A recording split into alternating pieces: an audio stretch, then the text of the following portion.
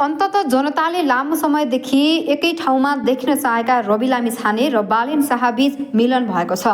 रवि र बालेन बीच भएको वार्तामा ठोस एजेन्डा नखुलाइए पनि बालेन शाहको नाम प्रधानमन्त्रीमा अघि सार्ने रासोपाले अन्तिम तयारी गरेको उनी निकट स्रोतले जनाएको छ।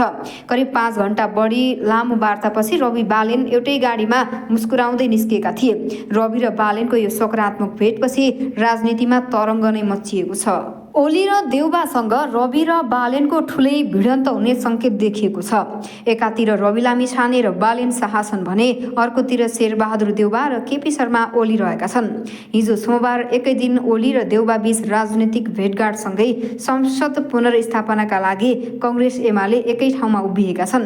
त्यस्तै जेलबाट निस्के लगत्तै राजनीतिमा फर्किएका रविले बालेनसँग मिलेर सहकार्य गर्ने भएपछि यी दुई पक्ष बीच भिडन्त हुने देखिएको हो।